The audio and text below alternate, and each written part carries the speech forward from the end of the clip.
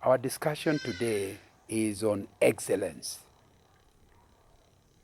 And I'm trying to address myself to young professionals, but you can also be an old professional. The critical thing is excellence is a very critical requirement if you are going to do well professionally. But it's also very important if you're going to be good as a husband. You know, when you have excellence, you are likely to attract ladies who want to live with somebody who is good at what they do. And whatever they choose to do, they do it well. It's also true of your children. If you are going to be a parent who is excellent, you have an easier time in a team of you and your family. Excellence is something that we need to deal with.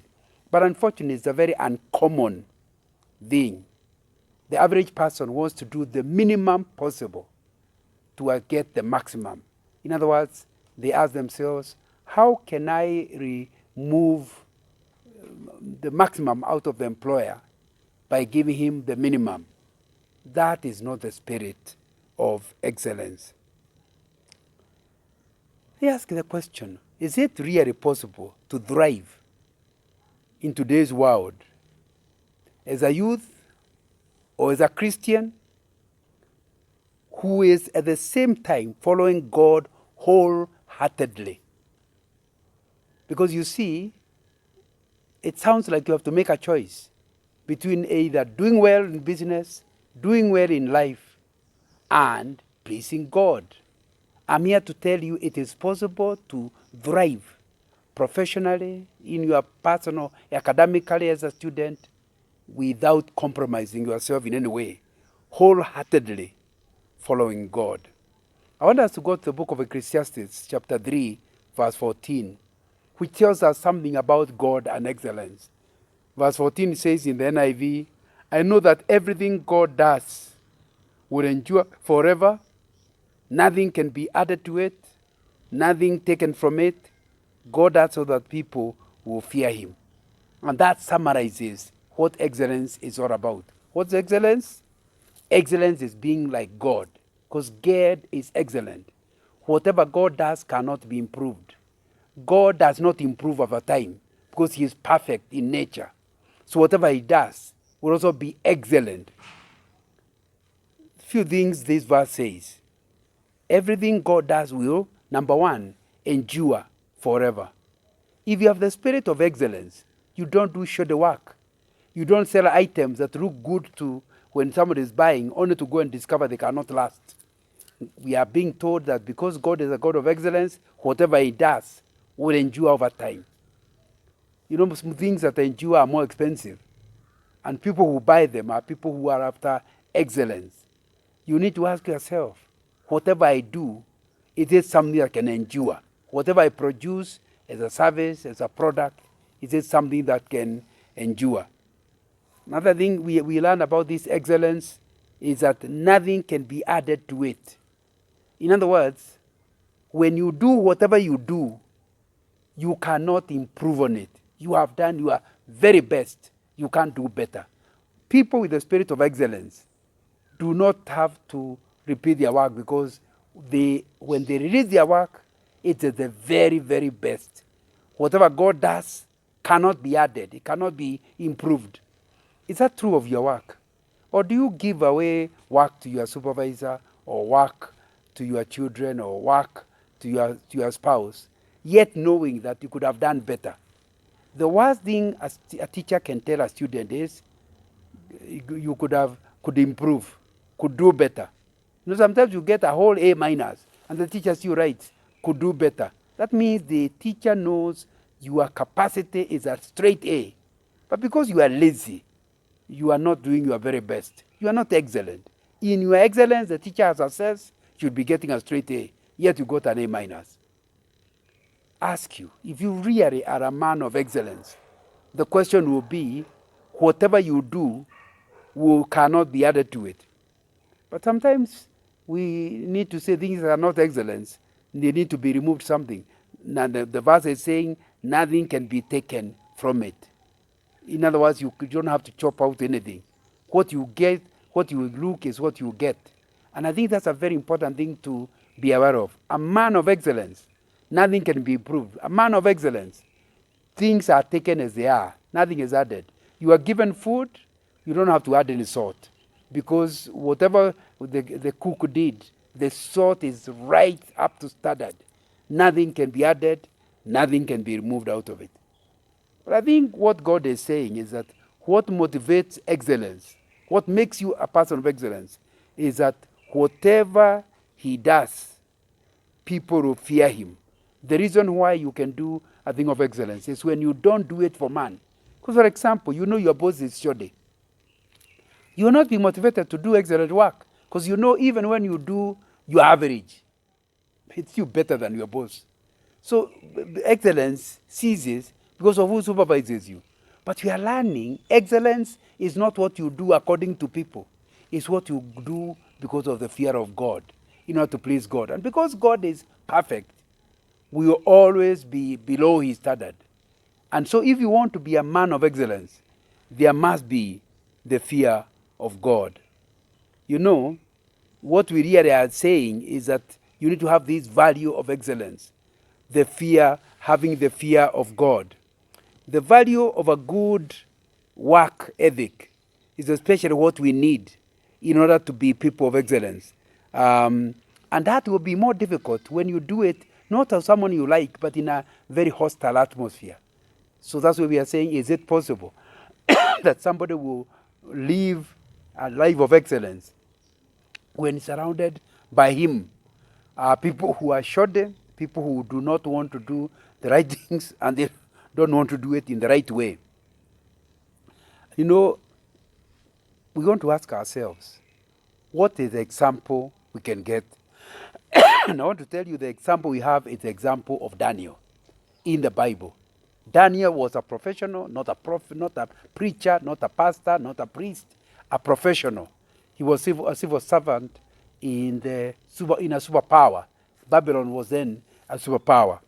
And if you look at his life, you will see that specifically he was able to serve the Lord, and yet he remained a witness to God's goodness and God's greatness. He showed his diligence until even the emperor said no other God should be worshipped except the God of Daniel. Isn't that what every profession should be doing? Doing their work in such a way that people start asking, what is the faith of that person? What do they believe in? And when they discover that you're a Christian, they also want to become Christians. You know, at one time in the book of Daniel, there are some people that want to destroy Daniel. And they ask, surely, how can you get him? In all his work is excellent. How can we spoil his name to the king? They couldn't find any. Then they remembered. The only way we can find a problem with Daniel is if we check something about worship. If we could outlaw worship, then we will get him. My friend, a man of excellence is like that. That you'll have enemies. Remember, we are talking about living this professional, excellent life in a hostile atmosphere, in a place where people don't have your values. And you are saying, if you need to work here so well, like Daniel, when they want to destroy you, they want you to get you fired. They look for something and they cannot get it. Your boss doesn't even like you. He wants to fire you. But then he realizes if he fires you, there will be mutiny within his own workforce, because everybody knows that they need you. They desperately require you in the team because of your excellence of work.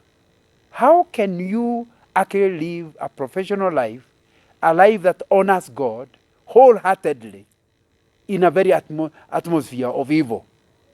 Let me tell you the secret. The secret with Daniel. You work in such a way that you are so excellent that even your enemies need you.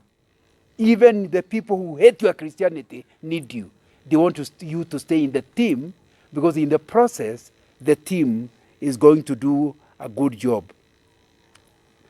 We ask the question again, is it possible to thrive at school, at home, at work, when you are fully committed to not compromising the things of God, fully following God?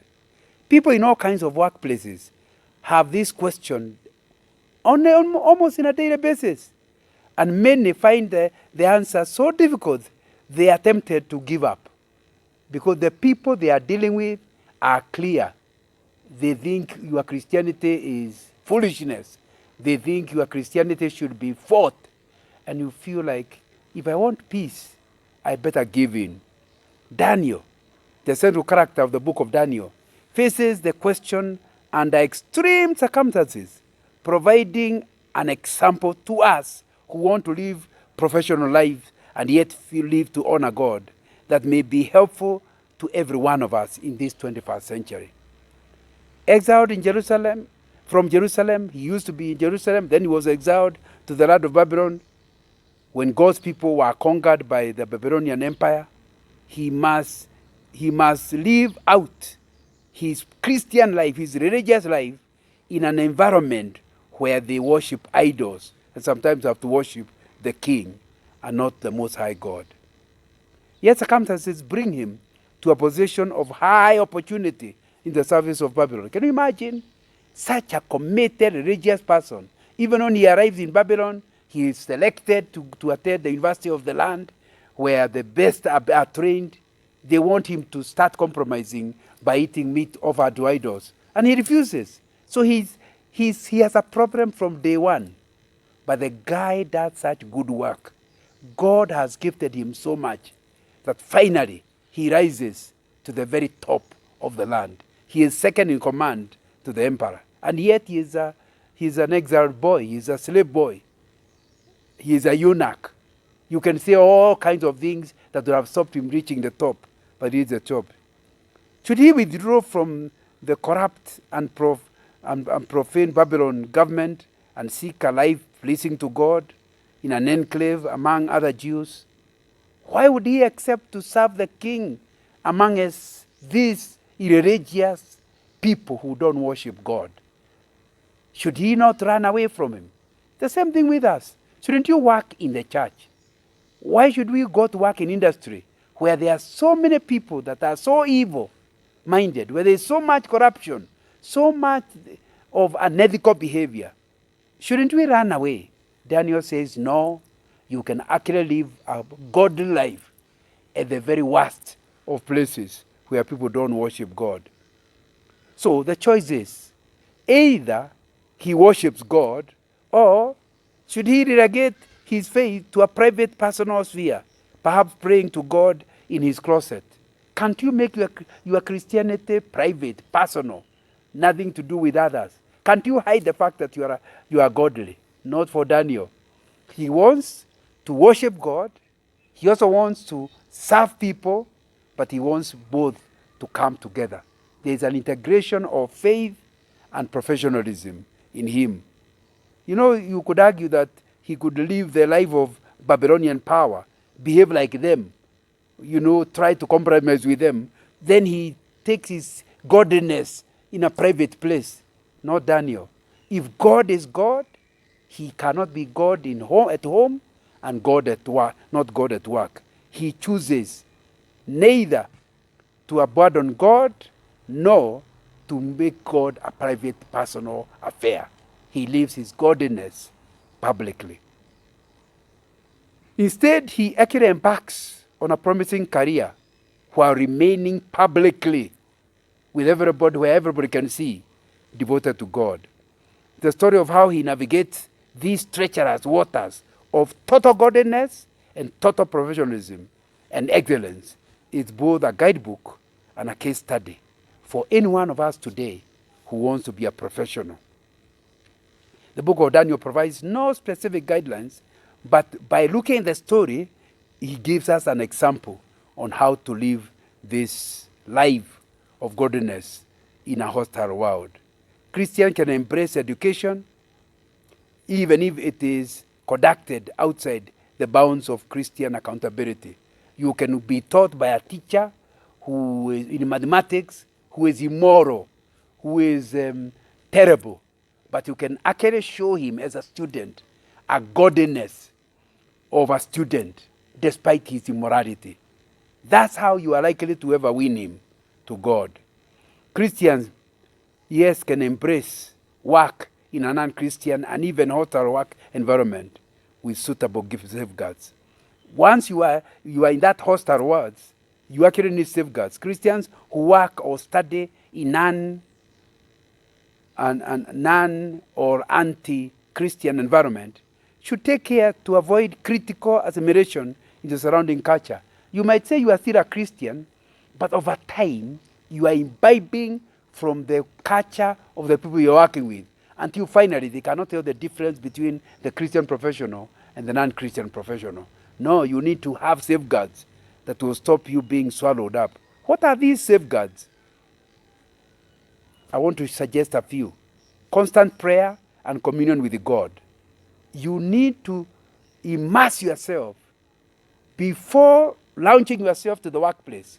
Spend time, the longer the better, in a time of prayer and communion with God. Daniel prayed actually 3 times daily throughout his career. Look at Daniel chapter 6 verse 10. And with his special commitment during difficult times, he would there was daily prayers, but then there was special prayers, like we see in Daniel chapter 3 verse 3 to 4, Daniel chapter 9 verse 16 to 21. And I'm suggesting to you that if you are going to be a young man that is going to live a godly life in a very unchristian world, your quiet time, your time with God must be guarded strongly. Never give in to it. It doesn't matter how busy, the deadlines that are there. On a daily basis, have time with God. How many Christians actually pray for the specifics of their workplace? So that when they are praying, they think about the duties of the day and they talk to God about it. The book of Daniel constantly shows that God cares about the specific details of our daily work. And that's what you need to understand. So my first safeguard I want to advise you on is that pray fully. Set out time fully to meet with God and communion with Him before going into the hostile world. You know, firm adherence to material markers of the faith, even if they are so somewhat arbitrary, will be very useful. You need to, so the first thing is time of prayer with God. The next one is put markers in your career that keep reminding you who you are. Daniel avoided eating the king's rich food and wine because it would have compromised his loyalty to God. Could have argued, but this is only food. No. He wants people to know he operates by a different rule. And in the same way, in your place of work, you want to put markers. My brother, girls must know that you operate with different rules. You can't take them out the same way others are taking them out. You can't talk calling every girl darling or every boy darling like the culture of the office.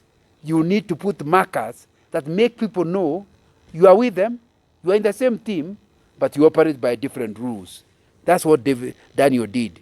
He could argue whether this particular practice is important, but the important thing is set for yourself boundaries within which you must work. You require markers or boundaries to your life. What is it you can do and what you cannot do?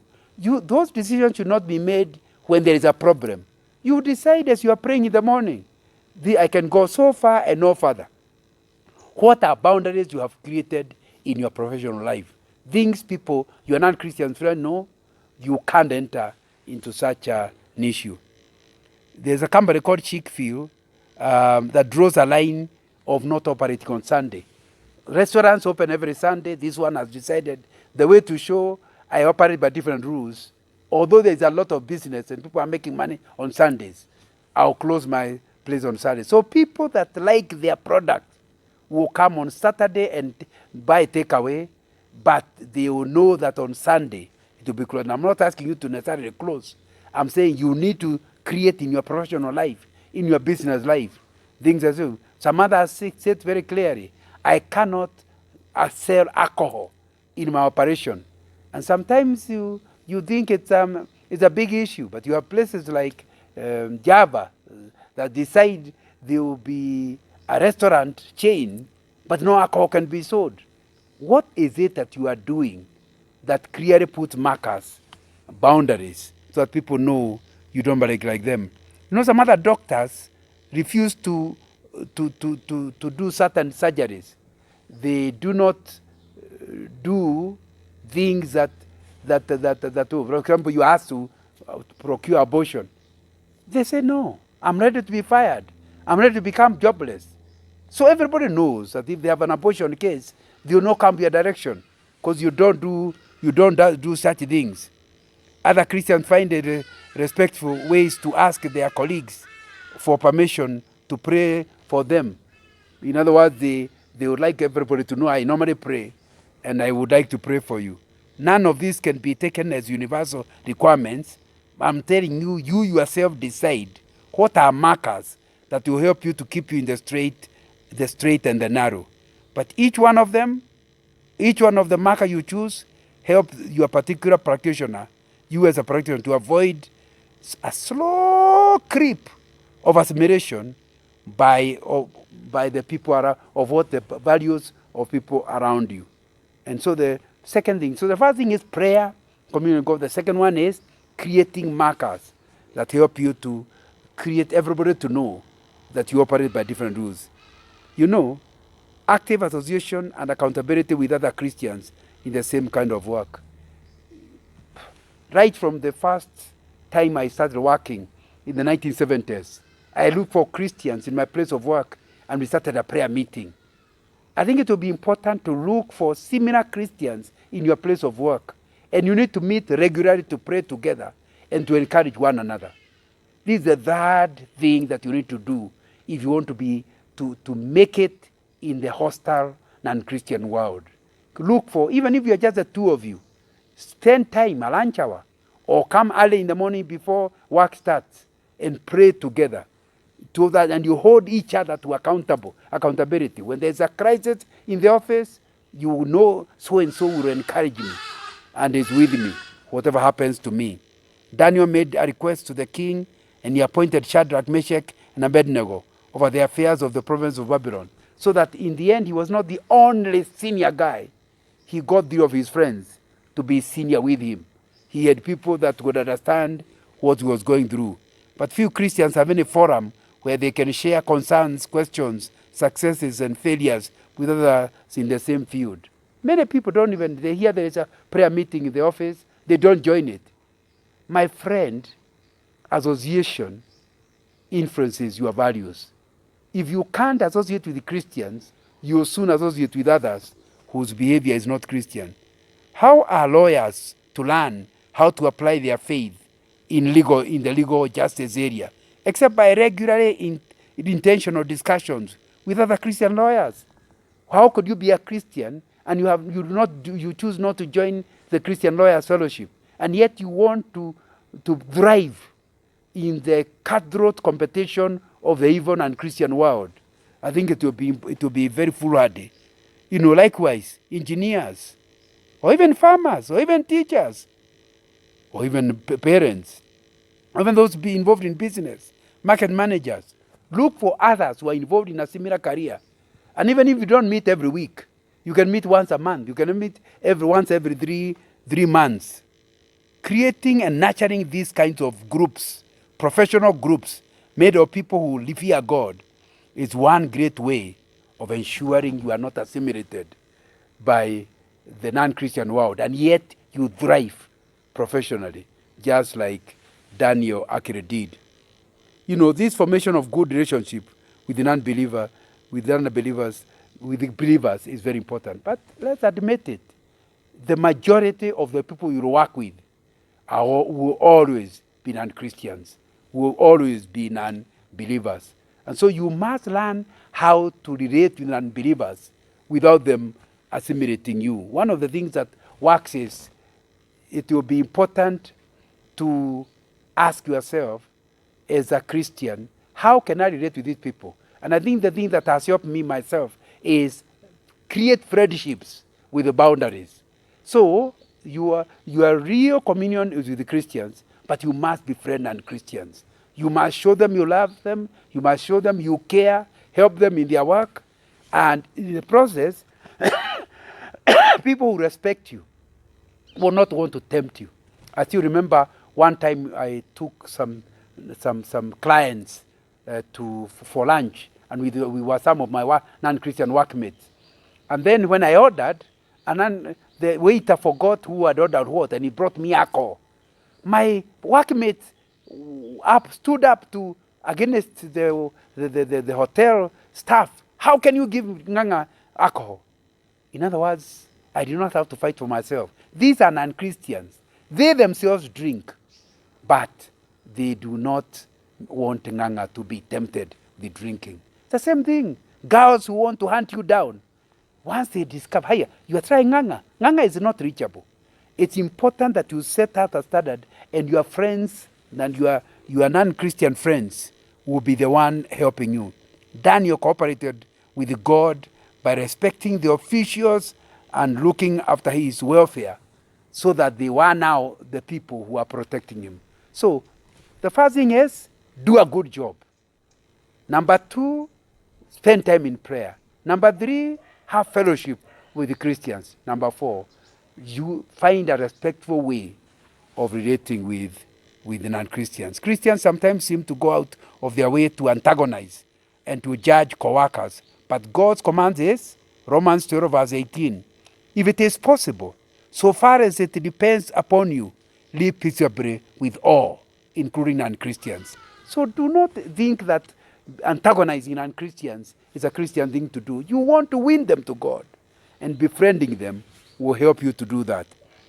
You know, the last thing just before I finish, I want to say is that you need to have a lifestyle that allows you to be ready to be fired. One of the most important things in helping you to thrive in the hostile world is living your job in such a way you are ready to be fired. Running your business that you are ready for the customers to drop you. Placing your quotations without minding your quotation being rejected, your tender being rejected. So you need to start living your life in such a way that you are not living expensively. That means even if you are to be fired, you can last. It's important to understand that. The thing that has helped me professionally is never to feel like I'm desperate to get a business, or I'm desperate not to be fired. The moment the people learn you are desperate not to be fired, most likely they will threaten to fire you, and you will do what they want. How do you thrive in that kind of? The moment they know that you are ready to be fired, they realize firing you or threatening to fire you cannot move you. You know what will happen? They will know because of the work you do, they need you, and they will not stop firing you or threatening to fire you. As we finish, I want to ask you, can you see very clearly that you can actually thrive? That's why I'm calling it uncommon excellence, because it will mean you have excellence even where people do not actually expect you to have excellence. And I think it will be a very important thing to ask yourself. So I'm asking the question, is it possible to thrive in today's world as a youth, as a professional, as a student, while at the same time you are following God wholeheartedly?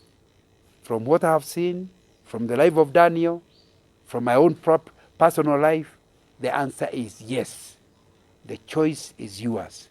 Will you give yourself fully to God and allow Him to get involved in your workplace? If the answer is yes, then He Himself will walk with you through the valley of the shadow of death, where people are trying to destroy you, and you'll still be successful. May the Lord bless you.